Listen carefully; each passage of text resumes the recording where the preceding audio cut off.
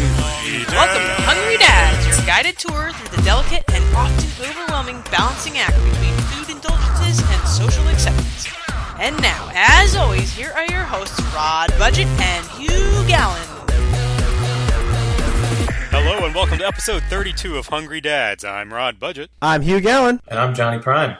That's right, folks. You heard it, Johnny Prime. You may have heard his interview in our last episode, and we are delighted to have Mr. Prime with us tonight for a full, quote-unquote, normal Hungry Dads episode. We're going to start having more and more guests. We're delighted to have Johnny. He'll be here quite a bit.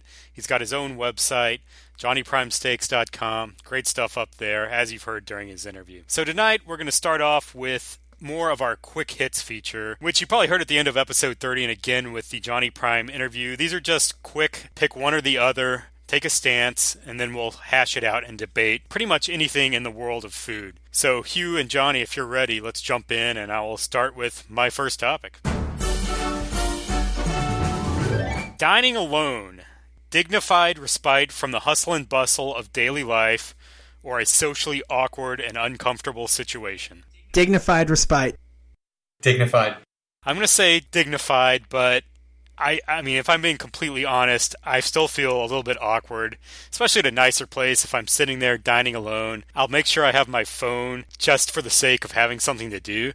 I think if you don't have a paper or a phone or something and you're literally just sitting there staring off into space, I like to people watch. I like the ambiance of a restaurant, but I'm a little self-conscious that people are like, who's this guy just staring off into space? I hear you, Rod. Here's my personal double standard on it. I am perfectly fine doing it myself, and I feel like it's dignified, but when I see someone else, it looks kind of pathetic. So I understand that that's completely hypocritical, but I know for me, I feel very cool doing it. I feel very independent and unencumbered doing it. I know I can eat where I want without having to check with anybody. I know I can order and over-order without being judged by anybody but the waiter or waitress, which I can live with that. And I know that I am going to get some quiet solitude, which I always enjoy. But I assume that if someone else is, they just don't have any friends. I think that shows quite a bit of confidence on your part. You know that you look pathetic, or you think other people look pathetic, but you don't. You look cool. Yeah, I don't know why. And I tend to be an underconfident person in many ways, but when it comes to eating alone, and I feel the same way about going to the movies alone. All else equal, it'd be my preference. I think a lot of it has to do with where you're located. If you're in a big city, I think you could probably get away with it. Also, it depends on the restaurant. If you're in a sit-down white tablecloth kind of restaurant versus a fast food joint or a little place to get noodles or something like that, I think that those are more easily acceptable as a solo run. Yeah, it's a good point. I think if I'm driving through, Sioux City, Iowa on a road trip and I stop in at the local diner and sit by myself, that's a different scene than going to a cafe in Manhattan and people watching. How about Chinese restaurant? I feel like that's right in the middle of the road. It's not nice, but it's not fast food either. I have a singular memory of dining alone at a fast food restaurant and ordering like 2 full meals and kind of seeming apologetic to the waitress, but then basically just enjoying my indulgence and enjoying my quiet time. I think maybe the key is sit at the bar if there's a bar. Yeah, that's a good tip. A good tactic. I think Chinese restaurants have their own vibe. I can't put my finger on it, but there's something a little weird about dining in at a Chinese, maybe because it's considered takeout or order for most people, but if I can just compare it to going to the movies alone for a second, one of the reasons I like going to the movies alone, I find myself worrying about whether or not my companion is enjoying themselves, especially if I picked the movie. And I think I could feel the same thing about the restaurant. If I pick the restaurant, there's a part of me that's a little concerned about whether or not they like the food, whether there's something on the menu they're going to like, whereas if I'm by myself, I don't have to worry about anybody else, and I also don't have to worry about whether or not I'm going to get an appetizer. Of course I'm going to get an appetizer. I don't have to split the bill with anybody. I don't have my loving spouse kind of wondering if I should order the salad instead of the fries. Definitely a free man. There's a certain amount of independence. And it's exciting because it's in this Hungry Dad's world, it's not something I get to do that often. So the thought of it, I suppose, not just dignified, but invigorating. All right, my first, I'd like to call it a food versus food challenge. So, Philly cheesesteak versus cheeseburger. Cheeseburger. I've got to go with cheeseburger as well. All right. My choice was Philly cheesesteak. And why is that? It's not because of steak, because I love a good burger. But I feel like there's more cheese on the Philly cheesesteak, and I think that's what I like the most about a cheeseburger or a Philly cheesesteak is that cheesy, gooey, juicy deliciousness that comes along with it. Yeah, I was pretty torn on this one, Johnny, because here's my view. A good cheesesteak is better than a good burger because I think they're more rare. But a run-of-the-mill burger is, to me, better than a run-of-the-mill cheesesteak. When I've had an excellent cheesesteak, and honestly, in Philly, I don't know if it's because I just thought it was better, but I tend to believe I really did have the best cheesesteak of my life in Philly. That was a more special experience, a more delicious, unique experience than a burger, which I've had some excellent burgers too. Excellent cheesesteak is more rare than an excellent burger. But if I had to order one in any given place, I have better faith I'll be satisfied with my burger. Fair enough. Yeah, and there's obviously varying degrees of deliciousness with each food. I went with cheeseburger because I feel like with cheesesteaks, which I do love, and I love the cheese whiz, I love the cheese like dripping off, but I feel like there's a certain amount of stigma with a cheesesteak of getting it the way the place prepares it. Like, you know, you got to get the peppers, you got to get the onions. I don't like the peppers. Right. So I feel like if I cut the peppers, then automatically I'm like a loser who doesn't appreciate a good cheesesteak. Where cheeseburgers are kind of the opposite. I feel like they're very customizable. You can kind of go in and get whatever you want. Even a place like Five Guys, they have all the toppings listed up there. You just pick and choose. I feel like it's almost celebrated. Whereas with the cheesesteak, I feel like if you don't go up and say, I'll have the cheesesteak, however you prepare it, you're going to be labeled as kind of a novice, which kind of turns me off, even though they're delicious. Very well stated, gentlemen. You might have me as a conflict here. Rod, if I could digress for a minute, based on what you just said, with a segment within a segment, something I've been wanting to bring up, but I'm so glad Johnny brought up cheesesteaks, because I've been wanting to share this, and I'm going to call this segment within a segment Eating Crow.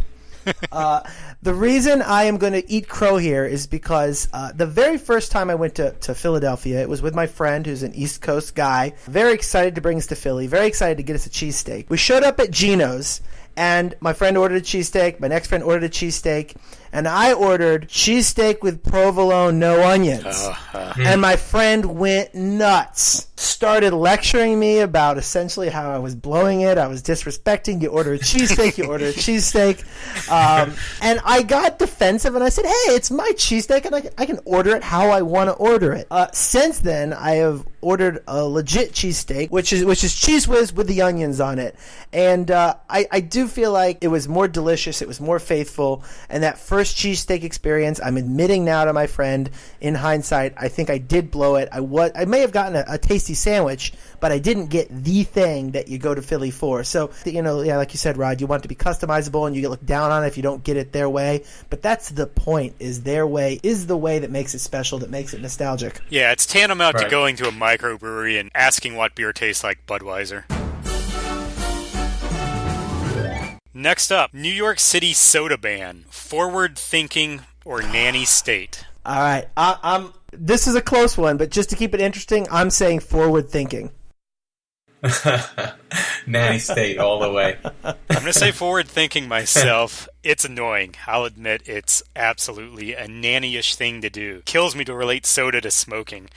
But I think 30 years down the line, it's going to be very similar to tobacco. And now smoking's banned in bars. It's banned indoors most places. I don't think soda will be banned. It might be in 30 years, but I think a lot of places are going to be cutting back on sizes and quantities and imposing restrictions for the simple fact that it's straining the healthcare system with diabetes and things like this. So we are delving into the political here on Hungry Dads, which I like. I knew this would be a hot button topic. I'm going to try to defend my position with a little bit of free market thinking. Stay with me here.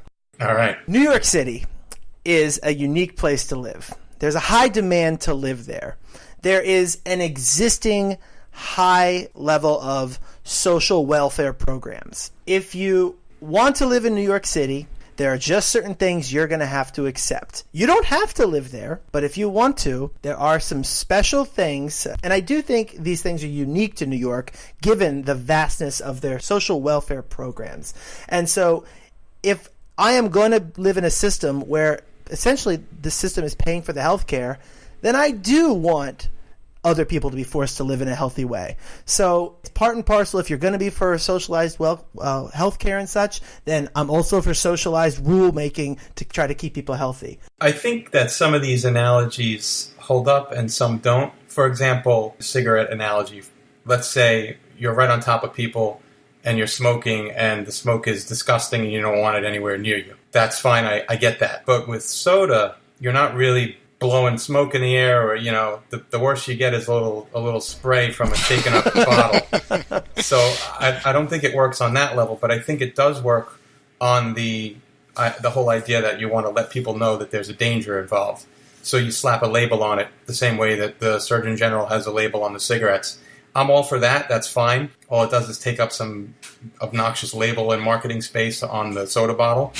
So, slap a label on there. Say, drinking this is the same as dumping 32 packets of sugar down your throat. Do you really want to do that? Which I've done. Yes. The answer is yes. So I think it works. I think the analogy works on some levels, but not on others. So just for the potentially uninitiated, because we have listeners all across this great land, they might not know exactly what the soda ban was. It was not a ban on any and all sodas. It was ban on sodas of a certain size. Essentially, if you have a small, medium, and large and extra large, the extra large was pretty much going to be eliminated as a rule. You weren't to be able to get a sugary drink of that size. So I wonder if the ban had been implemented, which it wasn't in the end, if people would have been comfortable ordering 2 16-ounce sodas. I know I would have been. And in fact, I mean, if I could just spin it into gold a little bit, kind of cool. I'll order a Sprite and a Coke. I can diversify. And I kind of won't feel weird about it because I would have ordered a 32. Now I'll just order 2 16s. Now I can make a suicide if I want. Perfect. Does seem like a simple workaround. You've solved the entire problem right here. Well, one way to eliminate that workaround, if you really want to discourage it, is tax it more or raise the prices. Yeah. They do it with liquor too. There's a liquor tax and all that. There's bottle deposits are one thing, but that's only 5 cents. It's not really deterring anyone. But you can have a sugar tax. Which that is sounds awful. Totally against my grain of living, but that's one way they could do it without banning it. Yeah, you see, I actually think the size ban is actually less intrusive than another tax. If I had to pick one, I'd take the size ban because, like I said, I can do a workaround. That I mean, I guess 2 16 ounces would probably cost me more. Double taxation. I don't know. Without representation. Oh, wait. No, I guess we are represented. All right, anyway. That's how the Boston Tea Party got started, I think.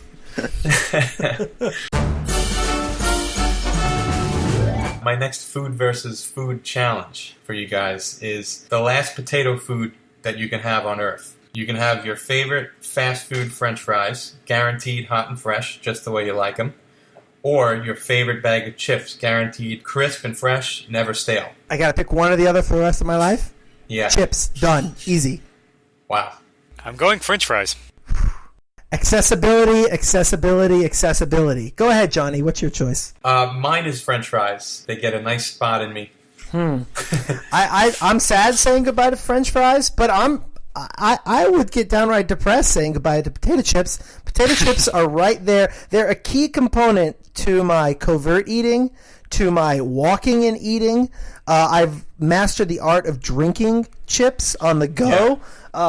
I'm actually trying to work up, for our fans of our website, I'm working up an infographic on the best way to crunch and eat your chips on the go while avoiding hazards like the shard in the eye and things like that. So stay tuned. Chips are near and dear to my heart. They are truly an emotional thing for me. Rod, you talked about your soda addiction and your emotional ties to soda. I think me and chips might be very much the same way. Yeah, I mean, you make a good point with the accessibility issue. You can have chips in the house where you really can't have your favorite fries on hand all the time, but I'll almost always take something that's hot and like prepared food versus something, a packaged good. I mean, I love chips as much as the next guy except for Hugh Gallen, but those fries, I mean, you get some salt going, you get ketchup, you get some fresh right off the deep fat fryer. I mean, that's hard to beat. It's funny. I wrote this question with Hugh in mind because of his love for chips, so I was trying to throw him a little bit, but he stuck to his guns. Well, and I'll tell you where you guys are blowing it here, because you're not answering the right question. The question isn't which is your favorite.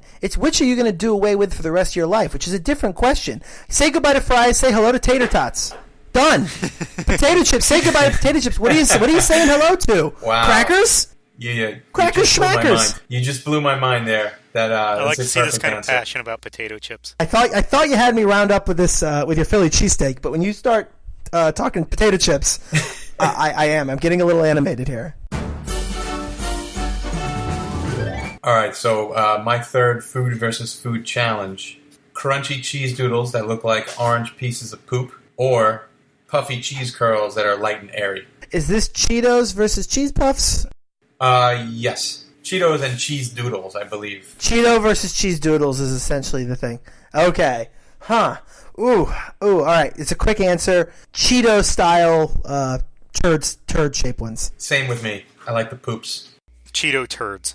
This was tough because I tell you where my thinking came from. I imagine myself at my snack stand near the subway I go on, and if I'm going to go for a bag of chips, the density of the Cheeto style leads me to believe there's a higher net weight on that purchase. So for my dollar, I'm getting more snackage on it. If I imagine myself at a party with a bowl, I actually want the doodles because I can just kind of stuff my face a little more liberally and crunch through. But in the end, if I had to pick one, yeah, the denser Cheeto style. Here's the thing about the doodles. They're unappealing to me looking at them and imagining them. And I think they have a certain social stigma that it's a low-quality chip. But once I eat one, they're delicious. And I just keep eating them, and I want more. Let me ask you guys a follow-up on this. Have you ever had a half-stale, light, airy cheese curl type? They're actually delicious when they're a little bit deflated, aren't they? Yes. Fantastic observation, Johnny. You couldn't be more right. And actually, my correlation there are cheese balls, which you don't see that much anymore. But there used to be cans of Planters cheese balls, which are essentially a cheese puff in a ball form. And I don't know how or why my mom either bought them stale or our kitchen staled them quickly. But I recall indulging in more stale cheese balls than not stale, and enjoying that because they you bite down and it doesn't crunch in your mouth. It actually kind of gums up. Yeah. And gets chewy and a little stuck in your teeth in a good way. I think that it makes your point, Hugh, of wanting a denser chip, more Right. like the Cheeto turd. You're kind of morphing it chemically into more of a turd-like A bit of a chip. hybrid there. The other thing that's bad about the turds is they stain your fingers a little easier than the curls. Curl is a cleaner eat, for sure, which isn't an insignificant thing. Cheetos give an intense staining to the fingers.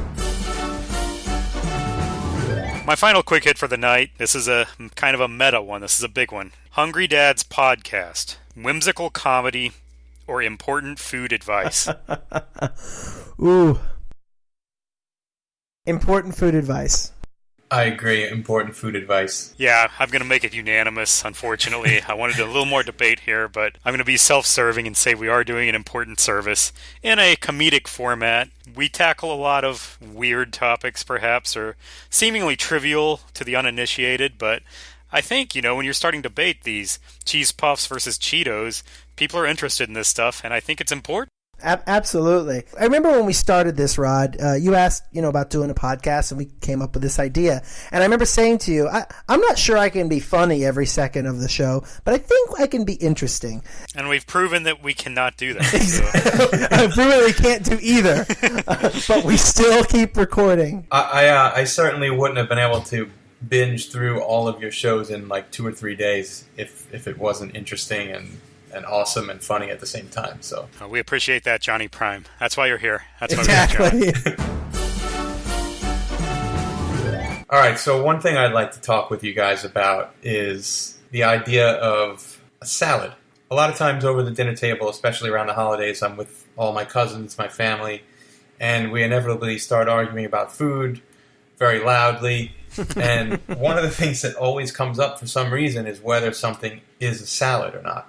So I'm going to read a quick list of things, and I want you guys to tell me if you think it's a salad or not. Steak guy arguing about salad. I like it. Yeah. This is big. with the Hungry Dads. We're really breaking ground here today. Well done, Johnny. All right, so essentially I'll do this the way we do quick hits. Okay, so number 1, fruit salad. No. Salad. Yes, it's a salad. Potato salad. Yes. No. Okay. Warm German potato salad. Yes. No. Macaroni salad or pasta salad. Yes. No. taco salad? No. Yes. Okay. Wow, this is interesting, because amazing. that's essentially just a crushed up taco. Lettuce cup with meat. No. No. Coleslaw. Yes. No. All right. All right, so you guys... We're going to have to explain this. Well, my methodology is when I think of salad, I think of, and I don't know what the actual definition is. I think Johnny Prime's going to let us know. But my criteria that I was using in my head was a cream-based sauce mixed with something. That's kind of how I think of a salad. You're really close. All right, I think you Look kind at of me. actually nailed it. As it turns out, salads seem to be more about the dressing sauce than the actual contents. While usage of trade, so to speak, and food history for salads from like the late 1600s and the ones that the U.S. Popularized in the late 1800s makes one from modern Western society immediately think of like leafy greens. Background of the word itself actually suggests that it just has a root in the word salt, which was a common dressing on things that they added to just spice it up with flavor. So despite a long history of greens being the main thrust of what a salad would probably be comprised of, anything actually kind of goes when it comes to salads. As long as it's got a dressing of some sort on it. You know, some people would argue that warm things are probably not salads, but... Yeah, that's interesting, because the first thing that does pop into my head is like a traditional green salad with some tomato and other things thrown in there. But, I mean, pasta salad is called pasta salad, and I think it's because there's that dressing mixed in there with something. I see Hugh shaking his head. Hugh's getting fired up over there. I'm trying to keep it reeled in here. Let's hear what Hugh has to say. You said it, Rod. The baseline is that a salad is a bunch of lettuce in a bowl, and then as you start adding more things in, presumably it remains a salad unless it gets overtaken by those other things. If I have a bowl of lettuce, and then I add to it 2 buns and a hamburger, it's not a salad anymore. I decided to make my baseline about fruits and vegetables versus carbs and meats as the primary component in your thing. And I had a feeling I wasn't going to be living up to a culinary definition of salad, but I think I'm going to live up to a solid, regular, hungry dad definition of a salad, insofar as, is this something that I want to eat or not want to eat? You know, a fruit salad being maybe a good place to start. I don't hate fruit salad, but I compare it to something else, and it's not my choice. Like a chicken salad. Like a chicken salad, exactly. A chicken salad, you can call it a salad, but it's not a salad. A salad. Well, what would you call it, Hugh? What would you call a potato salad? What would you call chicken salad? I would call them 2 different things. I call a chicken salad akin to a lunch meat. I know it's not a lunch meat, but it's a sandwich filling. I would call. So if you order a chicken salad sandwich, are you going to say I'm going to have an akin to a lunch meat sandwich? No. I'm going to say I'm going to have a chicken salad. I know I'm using the word salad. I get that word gets thrown around, and I think if most people say I'm going to have a salad for lunch or I'm going to have a salad for dinner, it's a real misnomer if I pull out a chicken salad with a side of potato salad. Absolutely, and that was going to bring me to my next point. You ask someone what they had for lunch, and their response is simply, I had a salad. Your immediate thought is probably the leafy green type of thing, but without any more descriptive information, their response is utterly useless. I mean, I suppose this could be a nice little new type of covert eating, which would be we might call misleading eating. Yes, dear, I had a salad for lunch today. No problem. I had, if I had chicken salad with a side of pasta salad and potato salad, yes, dear, I had salad for lunch every day this week. How else are you going to make lettuce delicious? My takeaway is when I end up eating an unhealthy salad, I ended up eating something healthier than a hamburger, generally speaking. At least I got some vegetables down my throat, which is nothing I tend to do voluntarily very often. So if I do in the form of a taco salad, I tend to congratulate myself. Speaking of taco salad, I want to follow up with something. Let's say you drop your taco on the counter and it shatters into a bunch of pieces, and then you scoop it up and put it into a bowl. Does that food item then simply become a salad just because it got busted up? Right, just changing the physical properties of the item. What's the primary component of your taco? It's not lettuce. It's taco meat and shell, probably. In order to turn that into a salad, you got to take your crushed up taco and put it over a bed of lettuce to make it a real taco salad. Otherwise, you've got taco in a cup or taco in a bowl. If it's a taco with tons of salsa on it, though, and you drop it because the salsa is so heavy and it shatters and the salsa's on top, That's kind of a taco salad. There's your dressing right there. We should do this live on air. Drop a taco? And see if it turns into a salad. See if it magically morphs into a salad. Hungry Dads. Visit our website at hungrydads.com. Follow us on Twitter at hungry_dads. This has been a Hungry Dads production. Stick 'em, ha ha ha, stick 'em. Crackers? Stick 'em, ha ha ha, stick 'em. Crackers schmackers. Stick 'em, ha ha ha, stick 'em. Crackers schmackers. Crackers schmackers. Crackers schmackers. Crackers schmackers. Crackers schmackers. Crackers schmackers.